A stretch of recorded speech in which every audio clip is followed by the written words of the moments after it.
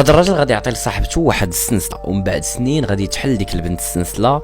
ما غتصوروا شنو غتلقى فيها. بالتالي موسبيت هي واحد البلاتفورم اللي كتمكنك انك تاخذ 3500 درهم فقط من خلال التسجيل ديالك فيها. وماشي غير هادشي، انما 250 دوره مجانيه كذلك. وهاد 250 دوره مجانيه تقدر تلعب في كاع داكشي اللي فيها. وما تنساوش تدخلوا بالكود برومو ديالي اللي هو هذا باش تستافدوا من الفري موني. غادي تستافدوا من 30 دوره زائد 3500 درهم اللي هضرنا عليها في الاول. وبالنسبه للطرق ديال الدفع، يا اما اورانج ولا اتصالات ولا اي كارت بونكير عندك. ونبداو الفيديو ديالنا. يلا خلينا نبداو الفيديو ديالنا. كلشي كليكي جادو هنا، وما تنساش تابونا الا كنتي جديد. ليتس جو. تيري وانا هما واحد جوج ديال الكوبل كيبغيو لبعضياتهم واحد الدرجه اللي جنونيه.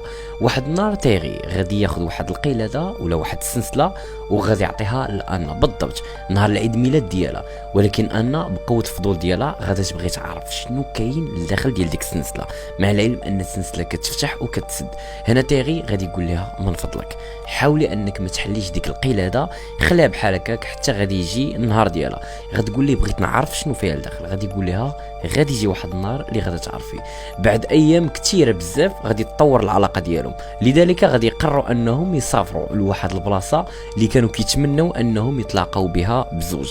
فمباشره ايفوا غادي يمشيو وغادي يوصلوا لواحد البلاصه فيها غير الجبال، وديك البلاصه كانت كتطلع على واحد المنظر اللي زوين بزاف. هنا تيغي غادي يقول انا غادي نقول لك بلي دابا عندك الحق انك تفتحي القلاده.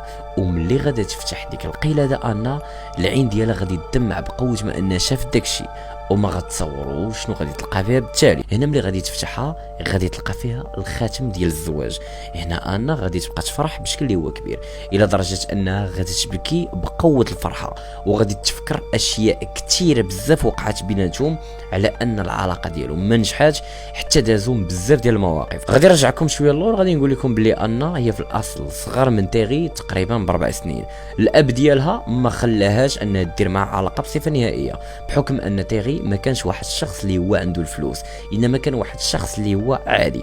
مع العلم ان انا وتيغي كانوا كيبغوا بعضياتهم. انا غادا تحاول انها دير جميع الحلول باش تقنع الاب ديالها باش تيغي غادي يتزوج بها، لكن الاب ديالها ما كيبغيش. وعلى ما كيقول بانه كان كيبغي المصلحه ديالها. المصلحه ديالها كيشوفها مع واحد الشخص اللي خاص يكون عنده الفلوس، ما كانش كيفكر في المصلحه ديال البنت ديالو، انه كيشوفها فرحانه مع الشخص اللي هي كتبغي، الى درجه انه كان حبس عليها القرايه ديالها باش ما تمشيش تقرا بصفه نهائيه. هادشي علاش؟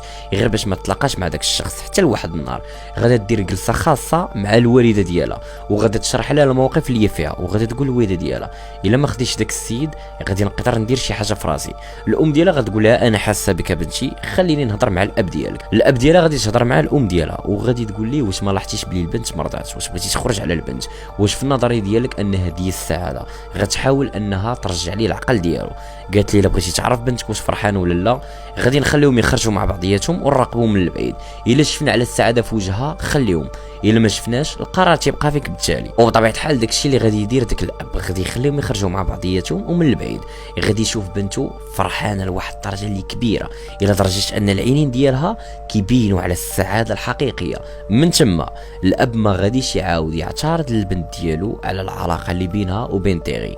غادي يرجع لكم البنت بعد ما شافت داك الخاتم، غادا تفرح وغادا تعلق تيغي، وغادي يتزوجوا من بعده. الى يومنا هذا هما باقيين متزوجين، وباقا ان مركبه داك الخاتم في اليدين ديالها. وما كرهتش تخليه في كومونتيرات سوا ولد ولا بنت، شو السميه ديال الخطيب ديالكم ولا الخطيبه ديالكم.